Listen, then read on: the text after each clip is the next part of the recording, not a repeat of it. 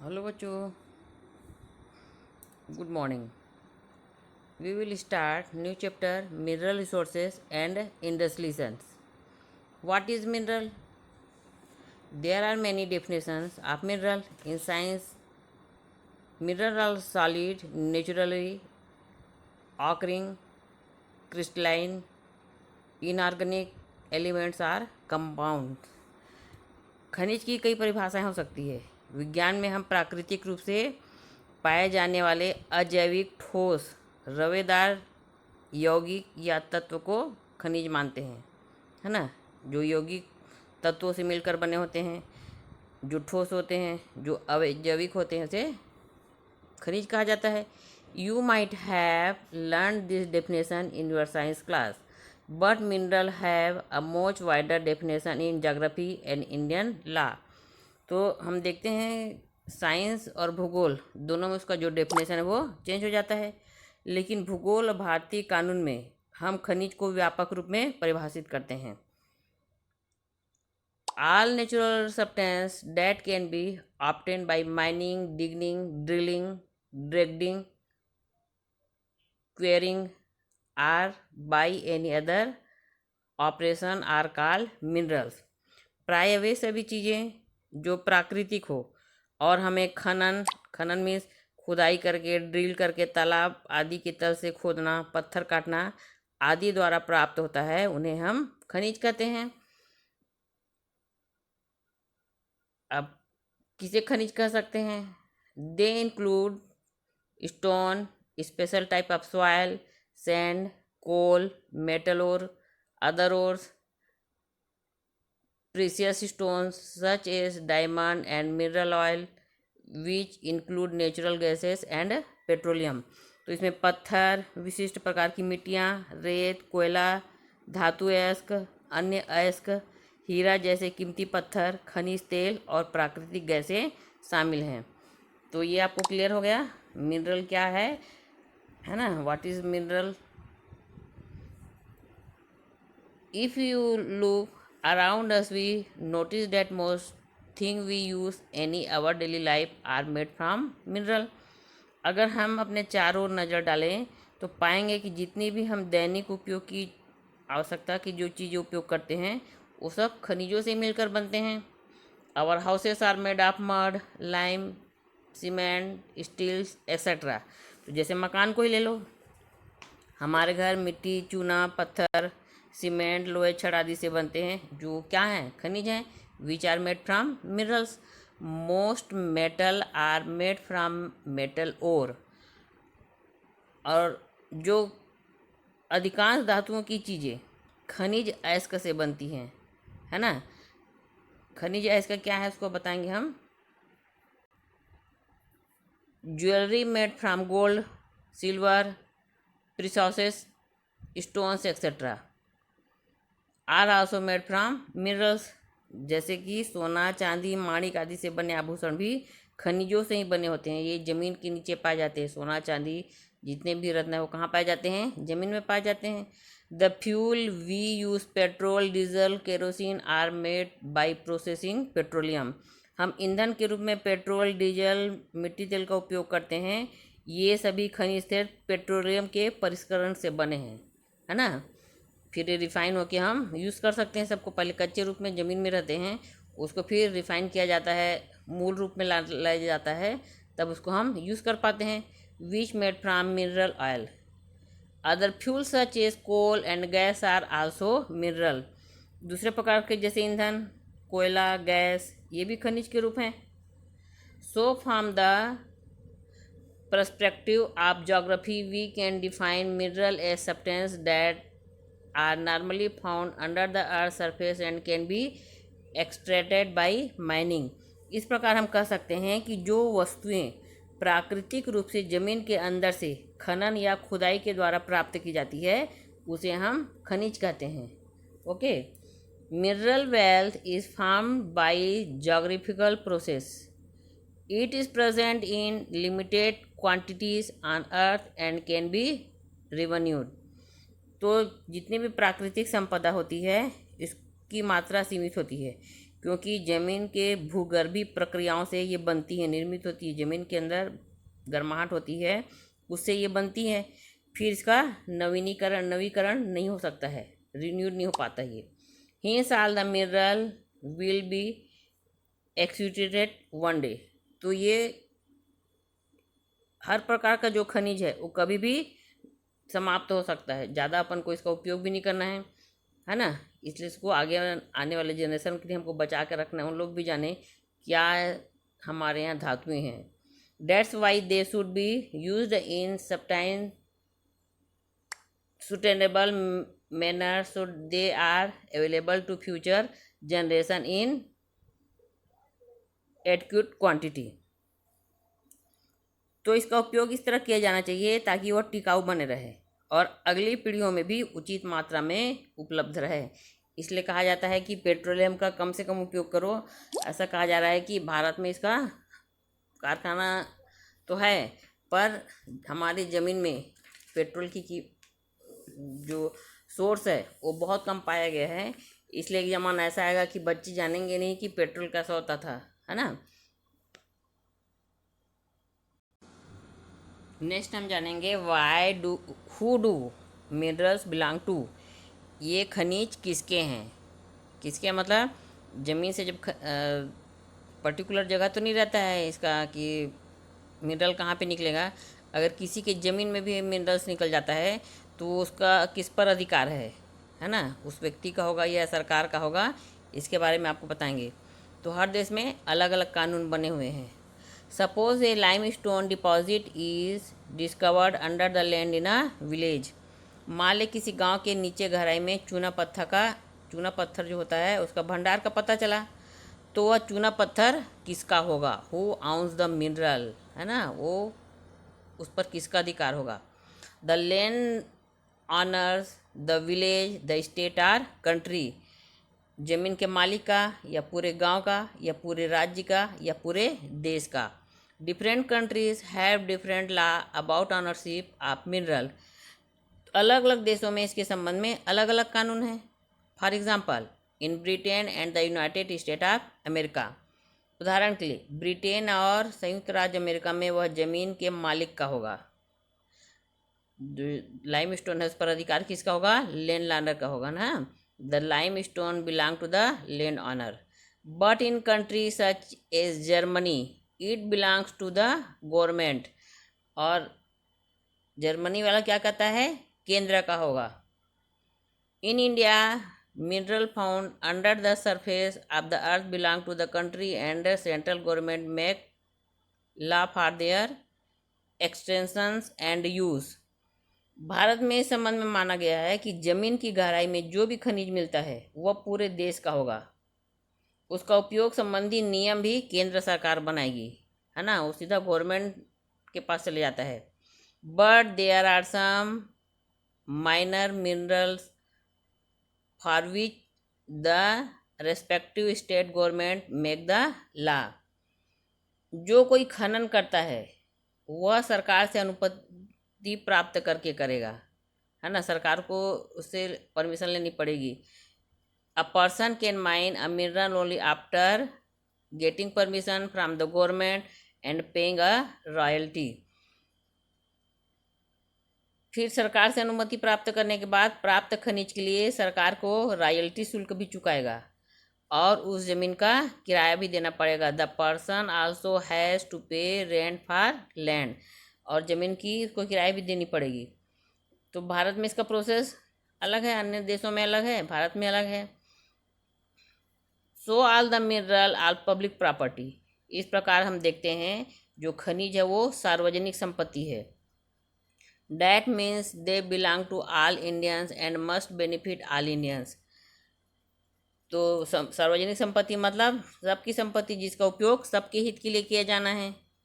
The central and state government regulate the utilization of mineral on behalf of all the citizen and use the income from this activities in the public interest.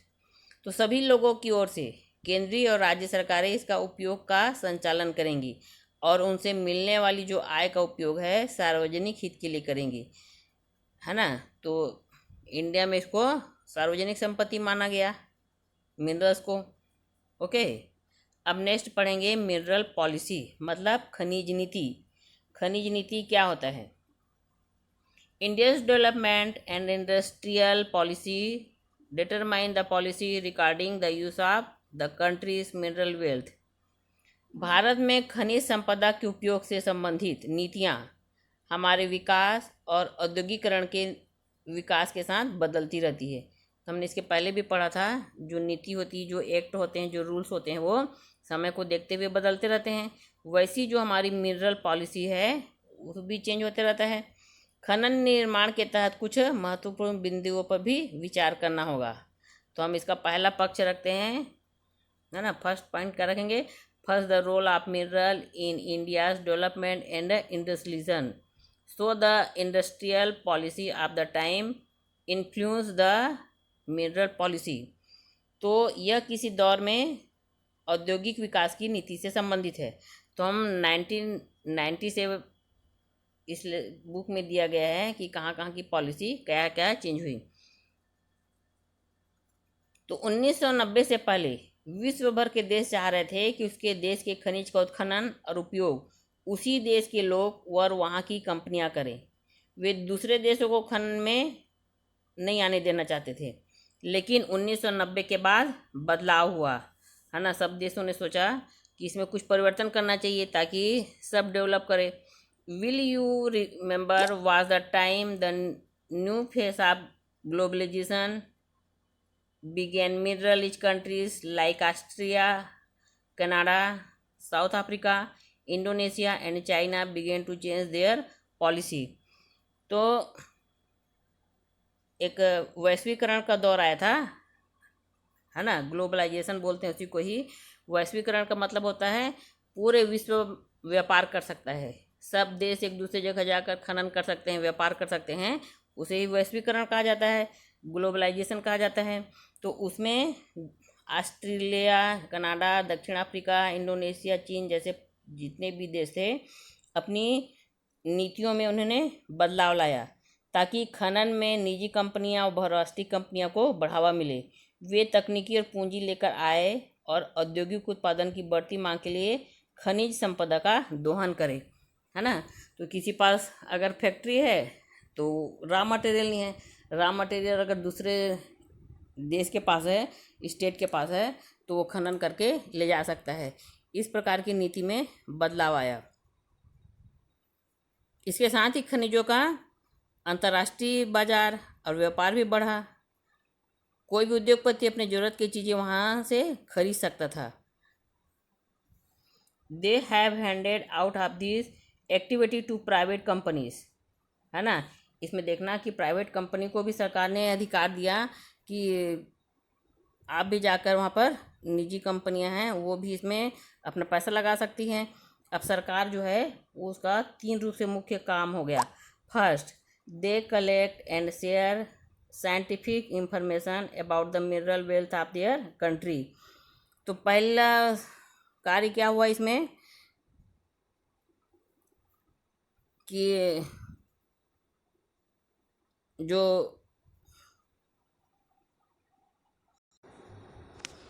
खनिज संपदा के बारे में वैज्ञानिक जानकारी इकट्ठा करना, है ना, और बांटना, ये वैज्ञानिक लोग का ही काम है। वो पता लगा लेते हैं, उनके पास कुछ ऐसी मशीन रहती है, उससे जाते हैं कि इस एरिया में गोल्ड है, इस एरिया में आयरन है, ऐसा पता लगा लेते हैं। तो वैज्ञानिक जानकारी एकत्रित करना और बांटना।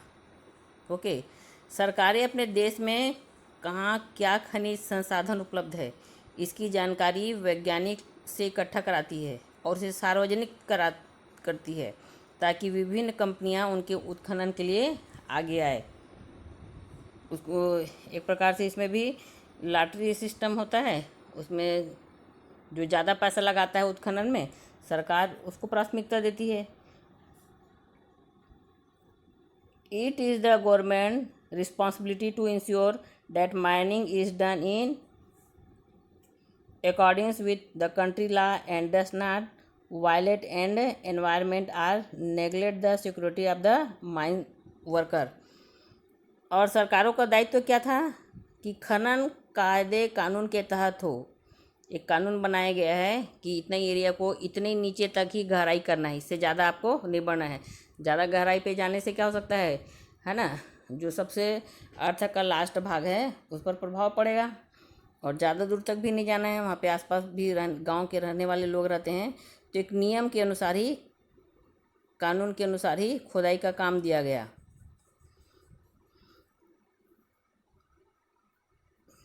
सरकारों का दायित्व है और जो वहाँ काम कर रहे हैं, पर्यावरण व मजदूरों की सुरक्षा का अनदेखा ना किया जाए।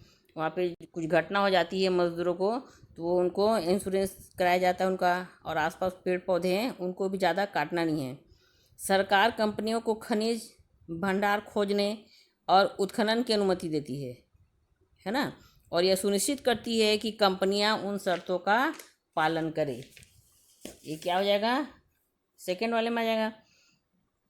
विच it can be spend on development activities in keeping with the global trend India to made changes in its mining policy.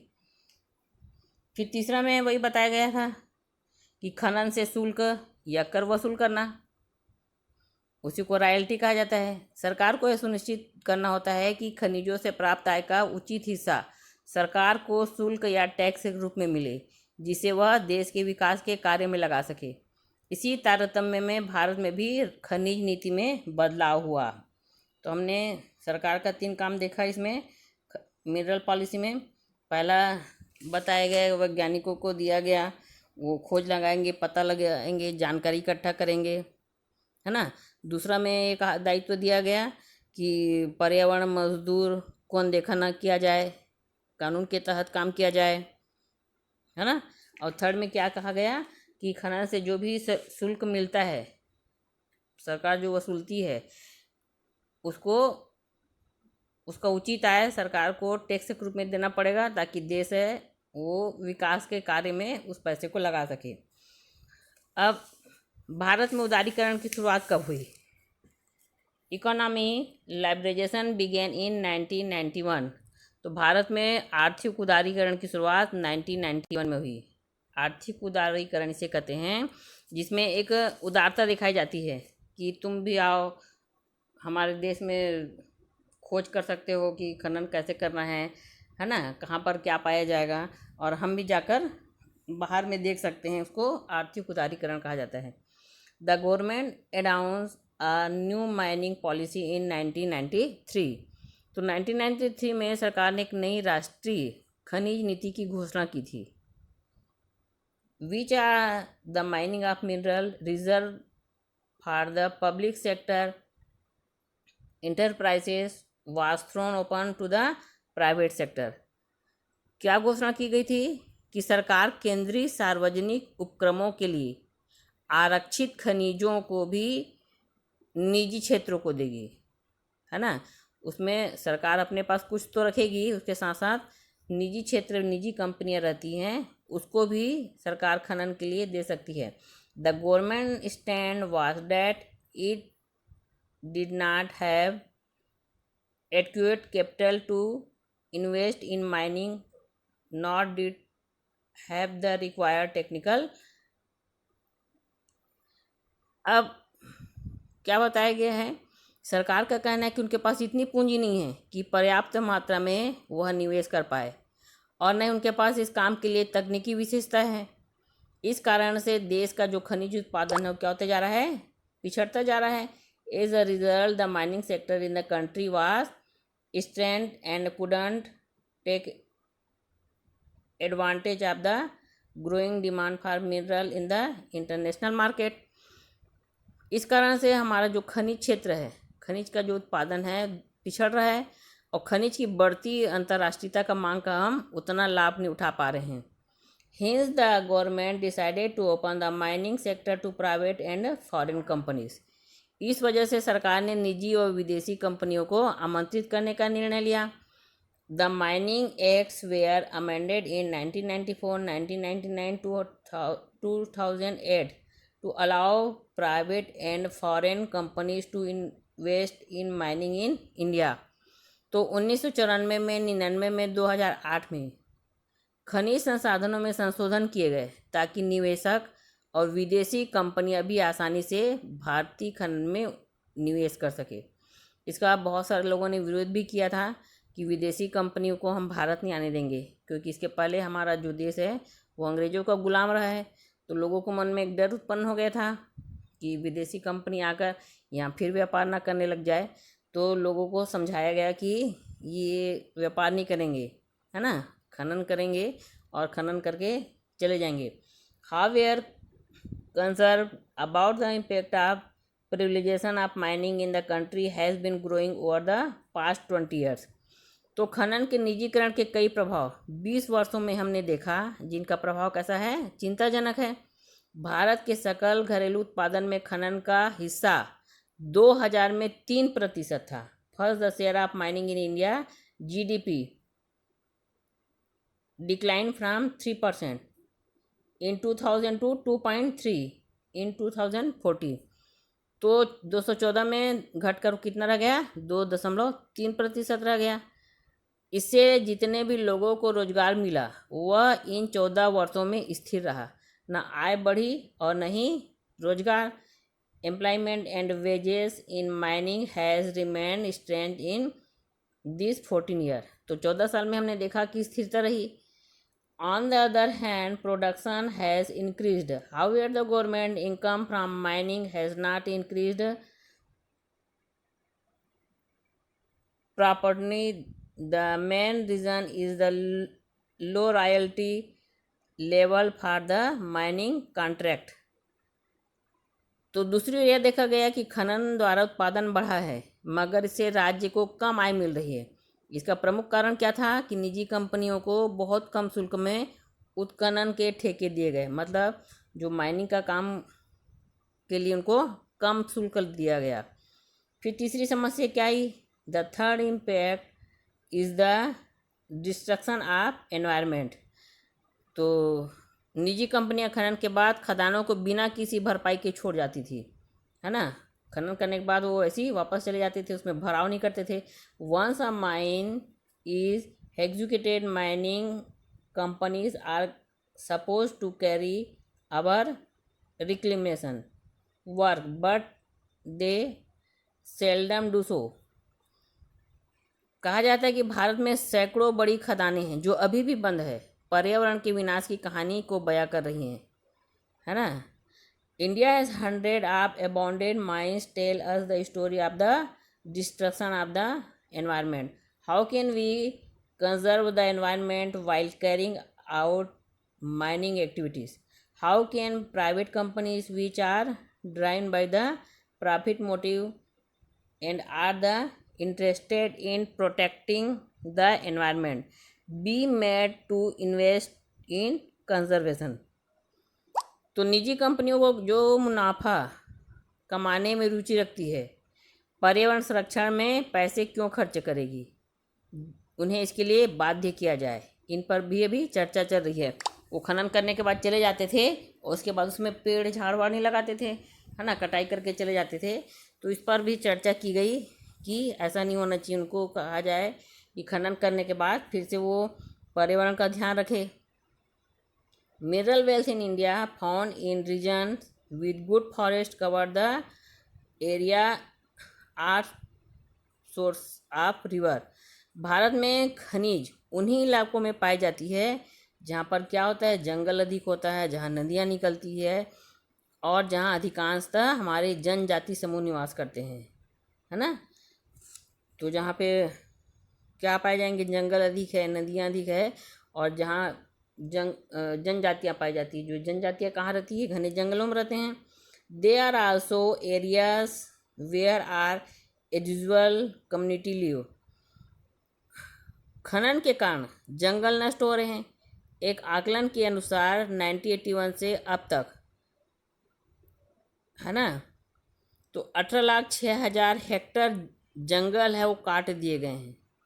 इसके अलावा खनन और खनिजों की धुलाई के लिए स्थानीय जो जल स्रोतों का भयंकर प्रदूषण होता है। क्या करते हैं लोग, जंगल को काटते हैं, उसके साथ साथ वहाँ पे जो बहता हुआ पानी है उसको भी वो दूषित कर देते हैं। Washing of mineral are pollute the local water sources. Such environmental degradation threatens the livelihood of the local people. तो कानून के अनुसार वहाँ रहने वाले जनजाति समुदाय की सहमति से ही खनन किया जाता है, मगर अक्सर इस प्रावधान को सही तरीके से अमल नहीं किया जाता है। फलस्वरूप जनजातीय समुदाय संसाधन युक्त होने के बावजूद सुविधाओं से वंचित रह जाते हैं। उनको सुविधाएं तो मिली है, जंगल मिला है, नदियाँ मिली हैं, उसका वो ठीक से उपयोग नहीं कर पाते हैं, है ना, क्योंकि पीने का पानी वो नदियों से लेते हैं, वो दूषित है। पेड़ से पौधों से वो अपना जीवन यापन करते हैं, वो भी उनको नहीं मिल पा रहा है। Mines would be exploited keeping in mind the post closure objective. खदानों का दोहन खदान क्षेत्र बंद होने के पश्चात के लक्ष्यों को ध्यान में रखा जाना चाहिए। This include restoring the land to its premining condition or reclaiming it for some other productive activity like agriculture. इसके तहत खदान भूमि को दोहन पूर्व की स्थिति में लाना और उसे उत्पादक कार्य के लिए उपयोगी बनाना। जैसे खेती वाली ज़मीन होगी उसको खेती लायक बना के दो, ऐसा निजी कंपनी हो चाहे सार्वजनिक उपक्रम हो, उनको हिदायत दी गई।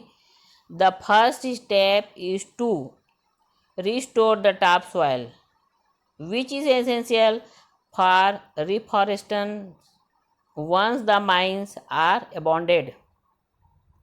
तो सर्वप्रथम हम देखते हैं कि जो खदानी क्षेत्र होता है जहाँ पर खुदाई होती है, उसमें जो मिट्टी का ऊपरी भाग रहता है ना, उसमें क्या हो जाता है, पुनः वनीकरण के लिए अत्यंत आवश्यक है। वहाँ वृक्षारोपण करना होगा। साथ ही क्षेत्र के जैव ईंधन बायोमास को बनाते हुए छोटे छोटे क्षेत्रों में वन लगाया जाए, जो कि खदानी क्षेत्र की पारिस्थितिकी के पुनर्वास के लिए उपयोगी है। मतलब फिर से वो ज़मीन ऐसा दिखना चाहिए कि जैसे वहाँ पे जंगल था, है ना, ऐसा लगना चाहिए ताकि ज़्यादा नुकसान किसी का ना हो, आसपास के रहने वाले का ना हो, पर्यावरण का ना हो।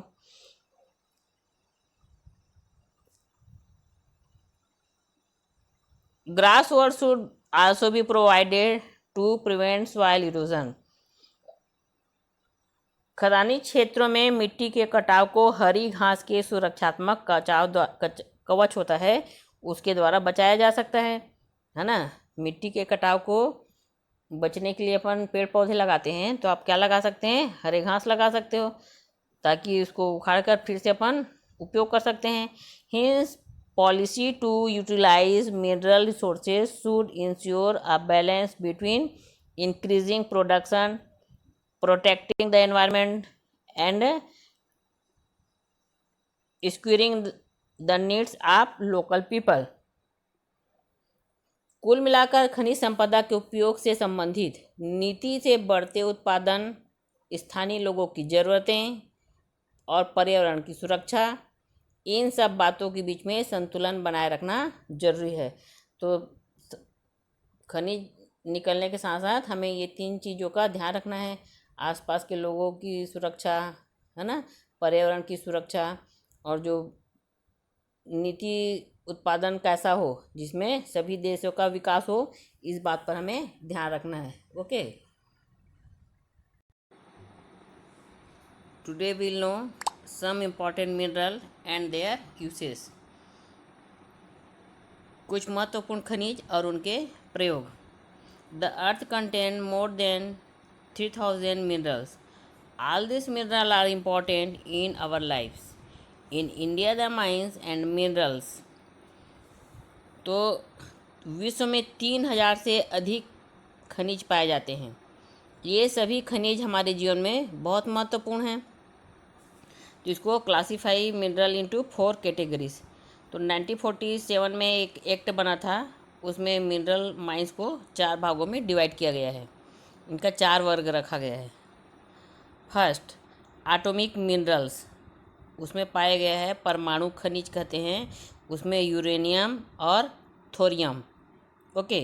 Second, mineral oil and natural gas, ऊर्जा खनिज, जिसमें कोयला, खनिज तेल व प्राकृतिक गैस आएगा। थर्ड, मेजर मिनरल, मतलब धात्विक खनिज, धात्विक जो धातु ठोस रहता है वो धात्विक खनिज में आएगा, है ना। एग्जाम्पल आयरन ओर, कोल, बॉक्साइट, क्रोमाइट, मैग्नीज, तांबा, सोना, चांदी इत्यादि, ये मेजर मिनरल्स में आएगा।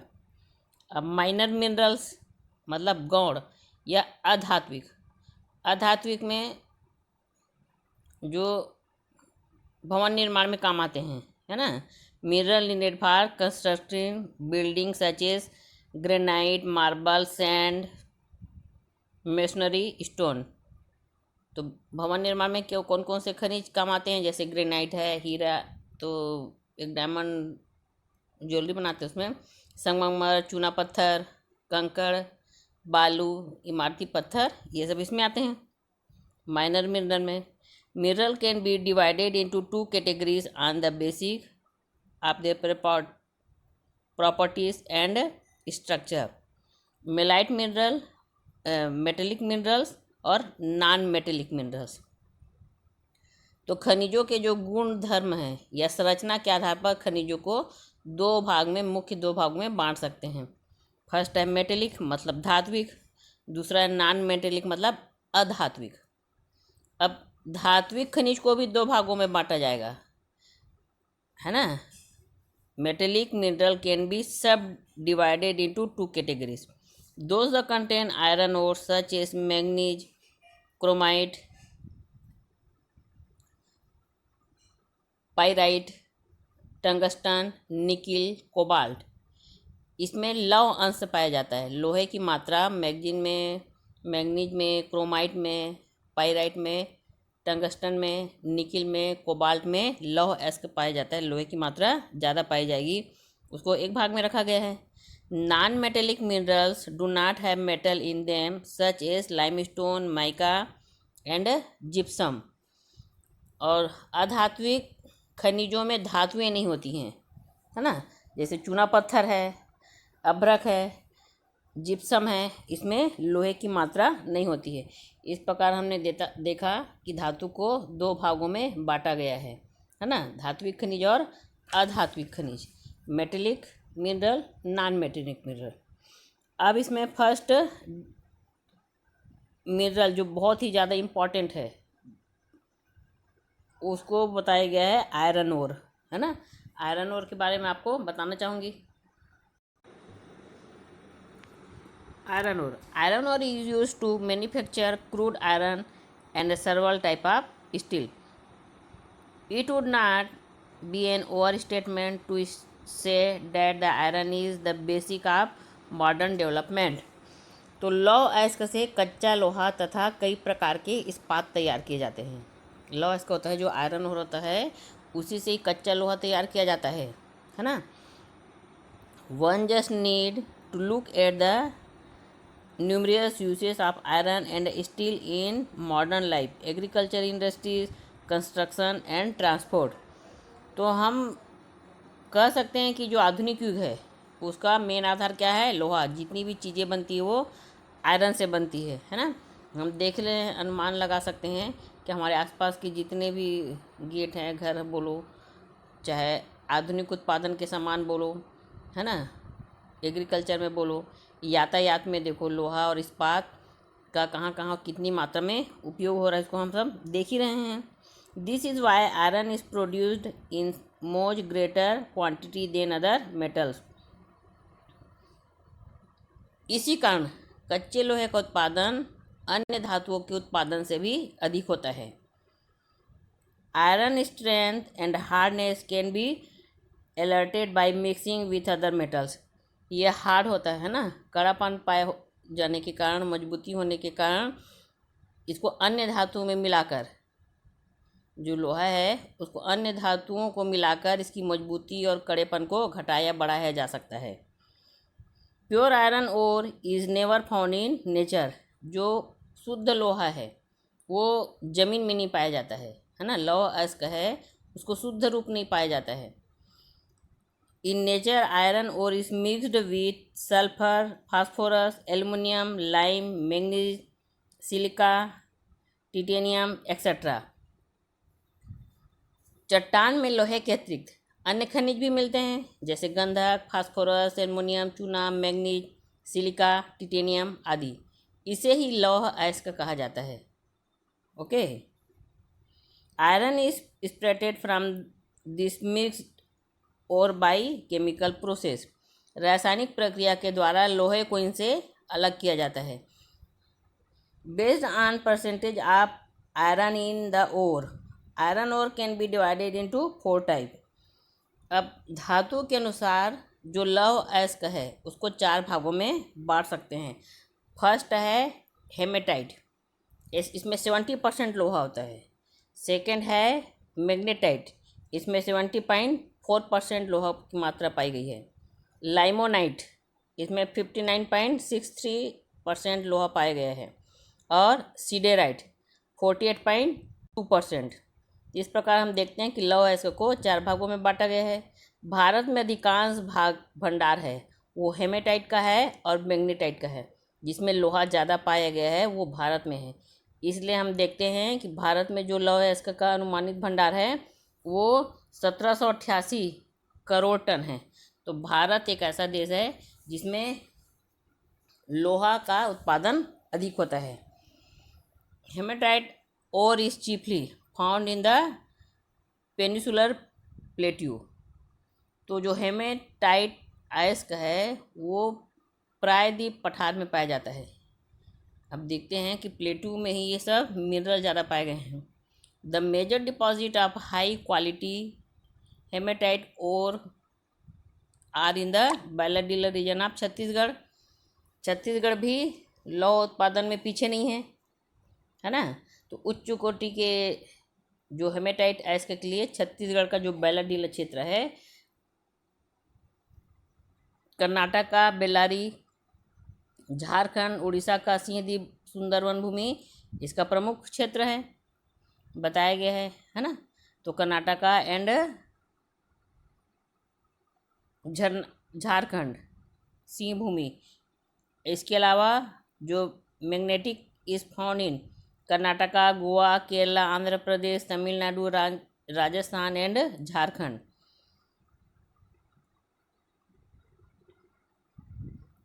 एक मैग्नाइट के बारे में पढ़ेंगे। पहले हमने हेमेटाइट के बारे में पढ़ा जो कहाँ पाया जाता है, छत्तीसगढ़ में, कर्नाटक में, झारखंड में और उड़ीसा में।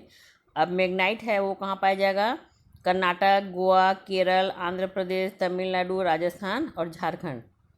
तो इस प्रकार हम देखते हैं कि Jharkhand and Orissa was influenced by the rich and economically available iron ore deposit in this state. Jharkhand और उड़ीसा के लौह अयस्क के भंडार आर्थिक दृष्टि से बहुत महत्वपूर्ण हैं तथा देश में लोहा व इस्पात कारखानों की स्थिति निर्धारण पर इनका निर्णायक प्रभाव पड़ा है। तो हर स्टेट में कुछ न कुछ चीज़ें पाई जाती हैं। तो आयरन ओर इंडिया में सबसे ज़्यादा झारखंड और उड़ीसा में पाए गए हैं। इसको आप माइंड में रखना। Chhattisgarh has 26,476 million tons of iron ore reserve which is 18.67% of India total reserve। तो छत्तीसगढ़ में 26,476 मिलियन टन लौह अयस्क के भंडार हैं जो देश का लगभग 18.67% है। तो 18.67% पूरे इंडिया का छत्तीसगढ़ में लौह अयस्क पाया गया है। देश में लौह अयस्क उत्पादन में छत्तीसगढ़ है वो तीसरे स्थान पे है। The state is country's third largest iron ore producer. The high quality iron ore of Bailadila is said to be the world largest iron ore reserve. राज्य का जो उच्च कोटि का लौह अयस्क भंडार बेलाडीला को माना गया है ना। Other deposit are concentrated in Dantewada, Durg, Kanker and Rajnandgaon. इसके अलावा दंतेवाड़ा, दुर्ग, कांकेर, राजनांदगांव में भी लौह अयस्क पाया गया है।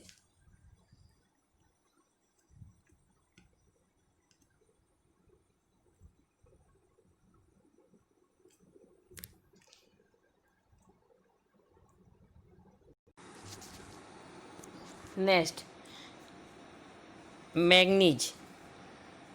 Manganese is mixed with iron to produce steel.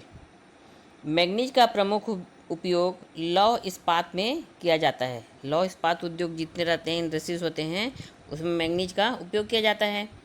Hence, its major use is in the iron steel industries.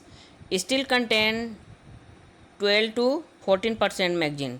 So, almost all the manganese that is mined is used to produce steel. जहाँ उसे लोहे के साथ मिलाकर इस्पात तैयार किया जाता है. इस्पात में 12 से 14% मैग्नीज होता है. लगभग सारे मैग्नीज का उपयोग लौह इस्पात उद्योग में ही किया जाता है. तो इस प्रकार देखते हैं, जहाँ पे लोहे आयरन का इंडस्ट्रीज रहेगा वहाँ मैग्नीज की आवश्यकता पड़ती है. दोनों को मिलाकर ही मटेरियल बनाए जाते हैं, है ना. अब मैग्नीज की जो क्वालिटी है उसको बताया गया है. That is allowed with manganese is stronger and harder. जो मैग्नीज होता है, वो मैग्नीज युक्त जो इस्पात होते हैं वो अधिक मजबूत और कठोर और घर्षण सहन करने की क्षमता वाला होता है. This steel is use to manufacture equipment such as crusher which are use to break rock into different size gravel. इसमें घर्षण करने की क्षमता ज़्यादा पाई गई है. और जो मैग्नीज है, मैग्नीज इस्पात का उपयोग क्रशर जैसे मशीन बनाने में किया जाता है. क्रशर से क्या करते हैं आपको पता है? क्रशर से चट्टान को पीसकर अलग अलग आकार में गिट्टी बनाया जाता है, जो सड़क बनाने के काम आता है, मकान में काम आता है. तो मैग्नीज इस्पात से क्रशर वाली मशीन बनती है ना. और उसी से ही गिट्टी बनाई जाती है. गिट्टी को अलग किया जाता है चट्टान को तोड़कर. Other important uses of manganese are the manufacturing glass, clay utensils, plastic floor tiles, glass, varnish and dry cell batteries. इसके अलावा मैग्नीज का प्रमुख उपयोग कांच तथा मिट्टी के बर्तन, प्लास्टिक, फर्श के टाइल्स, ग्लास, वार्निश एंड शुष्क बैटरी सेल बनाने में किया जाता है. जो बैटरी में जो सेल होता है ना, उसमें डल रहता है, देखना आप चूर्ण सा निकलता है, वो क्या होता है? मैग्नीज ही होता है. तो ये सब के लिए भी मैग्नीज का उपयोग किया जाता है. India has 43 crore tons of estimated manganese reserves estimated. The maximum deposit are found in Orissa, Karnataka and Madhya Pradesh. तो ये भारत में 43 करोड़ टन मैग्नीज पाए गए हैं, है ना. और इसमें अधिकांश उड़ीसा, कर्नाटक और मध्य प्रदेश में ज़्यादा पाए गए हैं.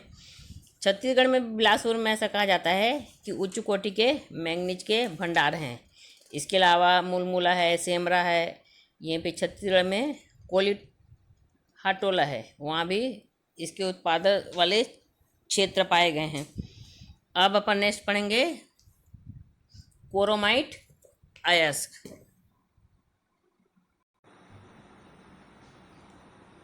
Chromite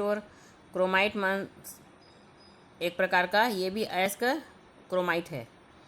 chromite is only ore of chromium like manganese. It is chiefly used as an alloy of iron in the iron steel industries. Steel allowed with chromium is more heat resistant. Small quantity of chromium also thrown steel and makes it suitable of manufacture files, axes and hammers. तो chromium का एकमात्र अयस्क chromite है. Manganese की तरह chromium का भी उपयोग लौह इस्पात में मिश्रण के लिए किया जाता है. इसके उपयोग से उच्च ताप सहन करने वाला इस्पात बनता है. जैसे इस्पात में क्रोमियम की थोड़ी मात्रा मिलाने पर आरी बना सकते हैं, है ना. फाइल्स जो काटने का काम आता है, कुल्हाड़ी बना सकते हैं. एक्सेस मतलब कुल्हाड़ी, हैमर मतलब हथौड़े आदि बनाने के लिए कठोर इस्पात बनता है. इससे अधिक मात्रा मिलाने पर ऊष्मा सघर्षण और संरक्षण सह इस्पात बनता है. Suitable for manufacturing kitchen utensil, cutlery, machine bearing etcetera. और जैसे रसोई घर के बर्तन, उसमें आता है छुरी कांटा, मशीन की बेयरिंग आदि बनाने में किया जाता है, जो आग में भी तपकर मुड़ता नहीं, खराब नहीं होता है ना। If nickel is alloyed along with chromium, the steel is more resistant to observation by steam, water, humidity and acid. और क्रोमियम के साथ निकिल मिलाने पर इस्पात में भाप, जल, आर्द्र वायु और अम्ल द्वारा होने वाले क्षरण को सहने की क्षमता आती है। हाँ, उसमें स्टीम को सह सकता है, वो भाप को सह सकता है, ह्यूमिडिटी, एसिड, ये सब को उसमें सहने की क्षमता आ जाती है। Alloying tungsten chromium the steel is more resistant observation by steam. और ये बताया गया है क्रोमियम के साथ टंगस्टन, कोबाल्ट और मॉलिब्डेनम मिलाने से बहुत ही मजबूत इस्पात तैयार होता है, जिसे स्टेलाइट कहा जाता है। इसे उच्च वेग वाली मशीनों के पुर्जे बनाए जाते हैं। क्रोमाइट का उपयोग उच्च ताप वाली भट्टियों में किया जाता है। इसका उपयोग रंग, चमड़ा, वस्त्र उद्योगों में भी किया जाता है। इस प्रकार हम देखते हैं कि क्रोमाइट और कभी बहुत यूज़फुल है। Chromite is use also to high temperature furnaces and in dyeing leather and textiles industries. अब भारत में इसका उत्पादन कितना बताया गया है? India has 20.3 crore ton of estimated chromium reserve. तो 1 अप्रैल 2010 में एक अनुमान से बताया गया है कि 20.3 करोड़ टन आंका गया है। The biggest deposit are found in the Sukinda valley, Cuttack and Jajpur district of Orissa. तो ये चुनिंदा घाटी है, सुकिंदा घाटी में, कटक में और जाजपुर जिलों में पाया जाता है। इस प्रकार हम देखते हैं कि भारत में उड़ीसा में भी जो क्रोमियम और क्रोमाइट और है उसकी मात्रा ज़्यादा पाई गई है। तो हमने देखा उड़ीसा में 2 ज़्यादा चीज़ें पाई गई हैं, लोहा और क्रोमाइट और। Okay, next tungsten. Tungsten is important in the modern metal industries of making alloy steel. It gives steel strength and hardness and enhance its abrasion and crash resistance. आधुनिक धात्विक उद्योगों में मिश्रित इस्पात बनाने में टंगस्टन का विशेष महत्व है ना। Tungsten allowed steel is used for manufacture high quality cutting and stone drilling equipment. Tungsten, cobalt and chromium mixed satellite is used to make armor plates, guns, armor piercing cells etc. तो जो tungsten मिश्रित steel का उपयोग है उच्च श्रेणी के काटने वाले उपकरण, पत्थर छिद्रक उपकरण बनाने में किया जाता है।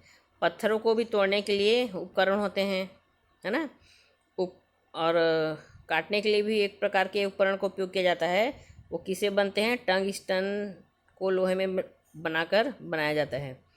और इसके अलावा टंगस्टन, कोबाल्ट और क्रोमियम, ये तीनों को मिलाकर कवच पट, बंदूकें, कवच, अंधवर्तक आदि बनाने में किया जाता है। बंदूक को मारने के लिए, जैसे किसी को चोट ना लगे बंदूक से, तो उसके लिए कवच पहना जाता है ना, वो छेद नहीं कर सकता है। ये सब बनाने में इसका उपयोग किया जाता है। इसके अलावा जो अपन घर में यूज़ करते हैं bulb and tubes, because of its high electrical resistance, no alternative has yet been found to match the tungsten filaments ability to turn electricity into light. इसके अलावा बल्ब ट्यूब के फिलामेंट में भी टंगस्टन का उपयोग किया जाता है, क्योंकि इसमें विद्युत प्रवाह को सहन करने की क्षमता अधिक पाई गई है। इसमें इलेक्ट्रिसिटी को प्रवाहित को करने की क्षमता पाई गई है ना। विद्युत को प्रकाश में बदलने की इतनी अधिक क्षमता होती है कि फिलामेंट के लिए इसका विकल्प नहीं ढूंढा जा सकता है। Tungsten deposit are found in Rajasthan, West Bengal, Maharashtra and Karnataka. यह राजस्थान, पश्चिम बंगाल, महाराष्ट्र और कर्नाटका में पाया जाता है। Next, copper. कॉपर को जानते हो आप, सबसे पहले हमारा जो युग रहा है मानव युग कॉपर से चालू होता है ना। कॉपर खत्म होने के बाद धीरे धीरे मनुष्य ने लोहे में आ गया है। कॉपर अब बहुत महंगी हो चुका है, इसका जो खनन है उसमें कम मात्रा में पाया जा रहा है। तो एक समय में हमारे प्राचीन काल को तांबा युग कहा जाता था ना। कॉपर युग के नाम से जाना जाता था, हर चीज़ कॉपर के बने होते थे, कॉपर के। Humans have been using copper since ancient times. तांबे का उपयोग मानव प्राचीन काल से कर रहा है। Bronze was made by alloying copper with tin. तांबे के साथ टिन मिश्रित करके कांस्य का निर्माण किया जाता है। कांस्य का भी एक बर्तन होता है ब्रॉन्ज, उसका उपयोग किसमें बर्तन बनाने में किया जाता है। पुराने ज़माने में जितने भी सिक्के रहते हैं, है ना, बर्तन रहते हैं, वो इसी से बनते थे। Copper alloys were also use to make brass which is use to mint coins etcetera. तांबे के मिश्रण से पीतल भी बनाया जाता है, जिसका उपयोग उपकरण, सिक्का आदि बनाने में किया जाता है। After the invention of electricity in the 19th century, the importance of copper grew manifold. 19वीं सदी में विद्युत के आविष्कार के बाद तांबे का महत्व बहुत अधिक बढ़ गया है।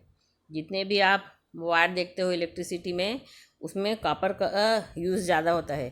क्यों किया जाता है? क्योंकि यह ताप और बिजली का सुचालक है ना। Good conductor of heat and electricity and is resistant to chemical erosion, और रासायनिक क्षरण का अवरोधक माना गया है इसे। इसी कारण आधे से अधिक तांबे का प्रयोग विद्युत उद्योग में किया जाता है। More than half the copper produced is use in the energy industries, है ना। तो आधे से ज़्यादा विद्युत उद्योग जहाँ पे देखा गया है वहाँ कॉपर का उपयोग किया जाता है। Copper mixed alloys are use to manufacture telephone, radio and rail equipment, refrigerator and other household item, airplanes and ship as well as other war materials. इसके अलावा टेलीफोन, रेडियो, रेल उपकरण, हवाई जहाज, जल जहाज, रेफ्रिजरेटर, घरेलू उपयोग की जितनी भी चीज़ें हैं जो हम देखते हैं, और युद्ध सामग्री बनाने में भी इसका उपयोग किया जाता है। Copper reserve are being explored in any parts of country. India has an estimated 155 crore tons of copper reserve, but copper production is lower than the demand, so copper is imported। तो तांबे का हम देख रहे हैं कि देश के कई भागों में तांबे की खोज की जा रही है।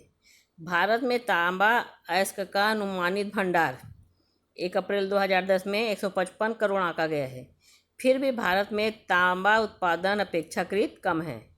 मांग की अधिकता के कारण इसका आयात होता है, हमको बाहर से मंगाना पड़ता है ना, क्योंकि भारत में पानी अधिक है, कोयला अधिक है, तो इलेक्ट्रिसिटी प्रोड्यूस ज़्यादा होता है। अब इलेक्ट्रिसिटी प्रोड्यूस होता है तो कॉपर की आवश्यकता पड़ती है, पर हमारे यहाँ भारत में कम पाया गया है, इसलिए हमको बाहर से इसको मंगाना पड़ता है। The largest copper deposit are found in Jharkhand, Madhya Pradesh, Rajasthan. तो सबसे ज़्यादा उत्पादन भारत में झारखंड, मध्य प्रदेश और राजस्थान में होता है। इसके अलावा छोटे भाग में small deposit are also found in Gujarat, Karnataka, Andhra Pradesh, Orissa, Uttar Pradesh, Sikkim, Meghalaya, Maharashtra and West Bengal. 37% of India's copper deposit are in Jharkhand. तो 37% से अधिक भंडार झारखंड में है। और मध्य प्रदेश में बालाघाट में एक स्थित है मलाज खंड, तांबा की खान माना गया है, उसको देश में प्रसिद्ध है ना। जैसे देवभोग उसको डायमंड का खान माना जा रहा है, कोलार है उसको सोना ज़्यादा पाया जाता है ऐसा कहा जाता है। वैसी मध्य प्रदेश के बालाघाट में एक जगह का नाम है मलाज खंड, वहाँ पर सबसे ज़्यादा तांबा पाया गया है ऐसा कहा गया है। नेक्स्ट, लीड में सीसा। Lead is used in transport, communication and electricity generation. शीशे का उपयोग वर्तमान समय में परिवहन, संचार और बिजली के उत्पादन में होता है। It is heavy, soft and malleable. यह भारी, नरम और लचीला भी होता है। It is largely used in store batteries and electrical wire. तो लचीला होने के कारण इसका उपयोग विद्युत उद्योग में संचालक बैटरी यानी स्टोर करने के लिए एक बैटरी होती है, उसको बनाने में, तार गढ़ने के लिए किया जाता है। The chemical industries is another important consumer using lead to manufacture. और दूसरा क्या है, रसायन उद्योग में भी इसका उपयोग करते हैं। जैसे जहाँ टेट्राइथिल, शीशा, रंग, प्लास्टिक, कीटनाशक बनाए जाते हैं। Colours, plastic and insecticides. India has 1 crore ton estimated lead reserve. तो भारत में 1 करोड़ टन अनुमानित लगाया गया है कि शीशा यहाँ 1 करोड़ टन होता है ना। अब यहाँ Rajasthan has the largest lead deposit. Rajasthan में इसका सर्वाधिक भंडारण है। इस प्रकार हम देखते हैं कि हर स्टेट में कुछ न कुछ चीज़ें पाई गई हैं। Next, bauxite. Bauxite is the main source of aluminium. Bauxite aluminium धातु का प्रमुख स्रोत है। India has abundant reserve of bauxite. The geographical survey of India estimated the bauxite reserve at 348 crore tons in 2010। तो 2010 में एक सर्वे किया गया है, उसमें भारत में 348 करोड़ टन था। जो बॉक्साइट कितना अनुमान लगाया गया, 348 करोड़ टन भारत में पाया गया है। About half this reserve are in Orissa. Andhra Pradesh, Gujarat, Chhattisgarh and Maharashtra also have bauxite deposit. देश के कुल अनुमानित भंडार का लगभग आधा भाग उड़ीसा राज्य में है। इसके अलावा आंध्र प्रदेश, गुजरात, छत्तीसगढ़, महाराष्ट्र में भी बॉक्साइट के भंडार मिले हैं। Large deposit are to be found in Kalahandi, Koraput, Sambalpur, Balangir, Keonjhar झील। आंध्र प्रदेश में विशाखापट्टनम, मध्य प्रदेश के शहडोल जिला में, मंडला और बालाघाट जिले में, छत्तीसगढ़ में सरगुजा, बलरामपुर, रामानुजगंज, कोरबा जिले आदि में भी बॉक्साइट के विशाल भंडार पाए गए हैं।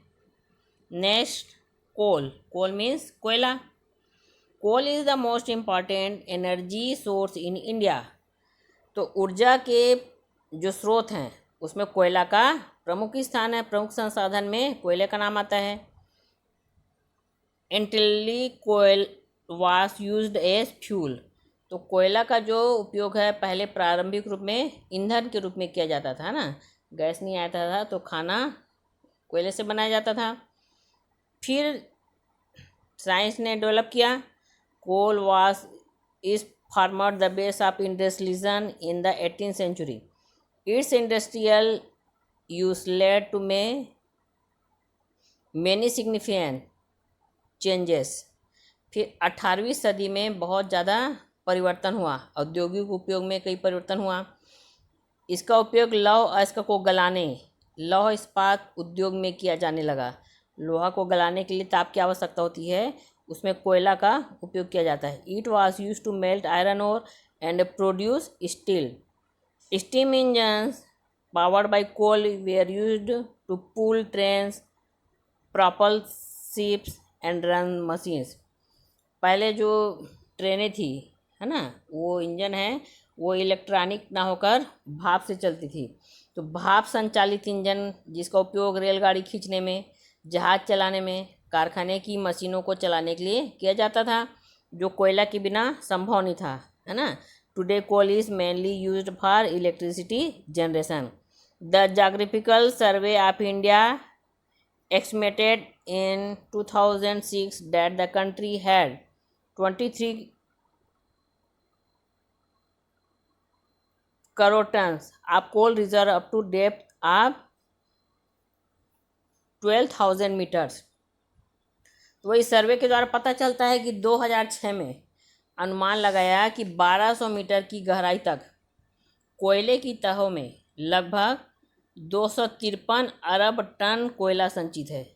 भारत में इतना अधिक कोयला है कि सबसे ज़्यादा मात्रा कोयला की बताई गई है ना। 1200 मीटर आप गहराई तक जा सकते हो तो 253 अरब टन आपको कोयला मिल सकता है। This is only 1% of the world total estimated coal reserve. यह कुल अनुमानित भंडार का केवल 1% है। इसी प्रकार बिटुमिन्स प्रकार का एक कोयला है जो उत्तम प्रकार का नहीं है ना। इसमें वाष्पिक पदार्थ और राख की मात्रा अधिक होती है और कार्बन की मात्रा 55% से अधिक नहीं है। कोयले भी दो प्रकार के होते हैं, धुआं ज़्यादा छोड़ता है और एक राख अधिक मात्रा में होती है ना। India mainly has bituminous coal which is not very high quality because their carbon content does not exceed 55% and they have a high content of vaporizing material and ash। अधिकांश भंडार पूर्वी प्रायद्वीप भंडार की कुछ नदियों और घाटियों से भी संचित है। वहाँ पर भी 15 से 20 करोड़ टन लोहे का आयात करना पड़ता है। अब कहाँ कहाँ पाया जाता है इसको बताए गए हैं। कोयला है वो दामोदर घाटी, दामोदर वैली में पाए गए हैं, है ना, वो जहाँ झारखंड और पश्चिम बंगाल के कोयला क्षेत्र आते हैं। दूसरा है सोन वैली, सोन वैली में पाए गए मध्य प्रदेश, छत्तीसगढ़, उत्तर प्रदेश के कोयला क्षेत्र पाए गए हैं। फिर नेक्स्ट है महानदी बेसिन, महानदी घाटी, छत्तीसगढ़ उड़ीसा के कोयला क्षेत्र हैं। नेक्स्ट है गोदावरी बेसिन, यहाँ पर छत्तीसगढ़, दक्षिण पश्चिम मध्य प्रदेश, महाराष्ट्र, आंध्र प्रदेश के कोयला क्षेत्र हैं। तो इतना हमने धात्विक मेटल के बारे में पढ़ा। ओके।